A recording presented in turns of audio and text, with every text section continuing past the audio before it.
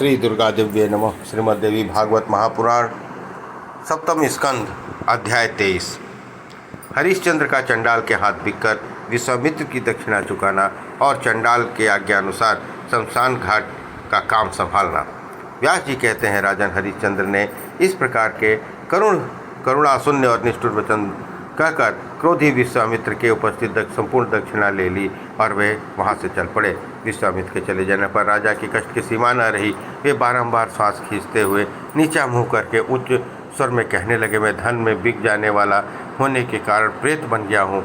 मुझसे जिसका दुख दूर हो सके वह अभी सूर्य के चौथे पहर रहते मुझसे बात कर ले। इतने में धर्म चंडाल का रूप धारण करके वहाँ आ गए। उस चंडाल के शरीर से दुर्गंध फैल रही थी। उनके बड़े बड़े दांत थे, बढ़ी हुई दाढ़ी थी, धर्म छाती थी। वह नित्य निर्दय प्रतीत होता था। उस अत्यंत नीच पुरुष की आकृति काले रंग की थी। वह लंबा पेट था, शरीर में चर्बी लदी थी। वह हाथ में एक पुरानी छड़ी लिए था। मृत व्यक्तियों की मालाएं उसकी शोभा पा रही थी। चंडाल ने कहा, मैं तुम्हें दास के पद पर नियुक्त करता हूँ। एक नौकर की मुझे विशेष आवश्यकता है। बताओ तुम्हारे लिए कितना मूल्य देना होगा। व्यास जी कहते हैं, राजन उस चंडाल का वेश बड़ा ही डरावना था। उसके अंग अंग में निर्दयता भरी हुई थी। इस प्रकार के दुराचारी चंडाल को देखकर महाराज हरिश्चंद्र ने पूछा, अजी तुम कौन हो? चंडाल बोला, राजेंद्र मैं एक चांडाल हूँ। यहाँ सब लोग मुझे प्रवीर कहते हैं। तुम सदा मेरी आज्ञा में रहो। मृत व्यक्ति का कफन लेना तुम्हारा काम है।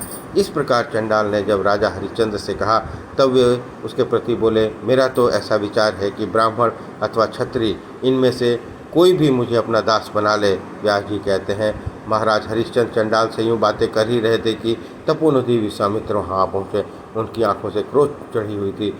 उन्होंने राजा से क्रूरतापूर्वक कहा, यह चंडाल तुम्हारे मन के अनुसार धन देने के लिए तैयार है, फिर तुम इससे मेरी यह शेष रकम क्यों नहीं चुका देते? राजा ने कहा, भगवान कौशिक, मैं आपको सूर्यवंश से उत्पन्न समझता हूँ, अतः धन के लोभ में चंडाल की दास्ता कैसे जाऊँगा? विश्वामित्र बोले, यदि तुम स्वयं चंडाल के हाथ बिक कर उससे प्राप्त हुआ धन मुझे नहीं दोगे तो मैं तुम्हें अभिशाप दे दूंगा। चंडाल अथवा ब्राह्मण किसी से भी लेकर तुम मेरी दक्षिणा का रकम अभी चुकता करो।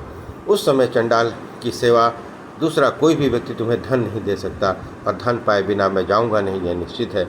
मनुजेंद्र, यदि तुम अभी मेरा धन नहीं दोगे तो दिन के चौथे पहर की आधी घड़ी रात बीत जाने पर 100 रूपी अग्नि से तुम्हें भस्म कर दूंगा।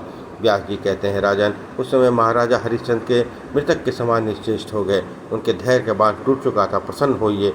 यूँ कहते हुए उन्होंने विश्वामित्र के दोनों चरण पकड़ लिए।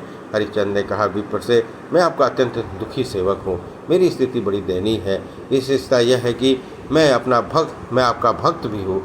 चंडाल के संपर्क में रहना मेरे लिए महान कष्टप्रद है, अतः मुझ पर कृपा कीजिए। शेष धन चुकाने के लिए मैं आपके अधीन होकर सेवा कार्य संपन्न करूँगा। मुनिवर आपका ही सेवक बनकर रहूँगा और मेरा क्या कार्य आपकी इच्छा पर निर्भर रहेगा। विश्वामित्र बोले, महाराज बहुत ठीक, ऐसा ही हो, तुम मेरे ही सेवक बन जाओ, परंतु राजन शर्त यह है कि तुम्हें सदा ही आज्ञाओं का निर्विरोध पालन करना होगा। व्यास जी कहते हैं, राजन विश्वामित्र के इस कहने पर राजा हरिश्चंद्र का मुरझाया हुआ मुख प्रसन्नता से खुल उठा। उन्होंने सोचा कि मेरा पुनर्जन्म हो गया। वे विश्वामित्र से कहने लगे, पवित्र अंतःकरण वाले द्विजवर, मैं आपकी आज्ञा का निरंतर पालन करूंगा, इसमें कोई संशय नहीं है। आज्ञा दीजिए, मैं कौन सा कार्य करूं? विश्वामित्र ने कहा, चंडाल आओ, तुम मेरे इस नौकर का क्या मूल्य दोगे? अब मूल्य लेकर इसे मैं देता हूँ, तुम स्वीकार कर लो, क्योंकि मुझे नौकर से कोई प्रयोजन नहीं है, मैं तो धन चाहता हूँ। व्यास जी कहते हैं, राजन जब विश्वामित्र ने इस प्रकार कहा तब चंडाल के मन में प्रसन्नता छा गई। उसने तुरंत निकट आकर मुनि से कहा। चंडाल बोला, प्रयाग की सीमा तक 10 योजन विस्तार में है। विप्र पर वहाँ की भूमि को रत्नमय बनाकर मैं आपको दूंगा। आपने इसे बेचकर मेरा महान दुख दूर कर दिया।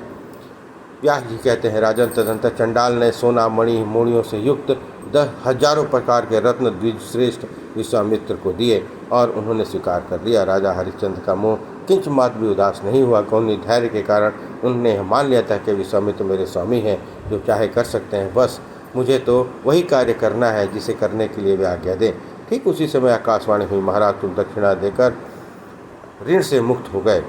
इसके बाद राजा हरिश्चंद्र के मस्तक पर आकाश से फूलों की वर्षा होने लगी। इंद्र सहित संपूर्ण शक्तिशाली देवता महाराज को बार बार धन्यवाद देने लगे।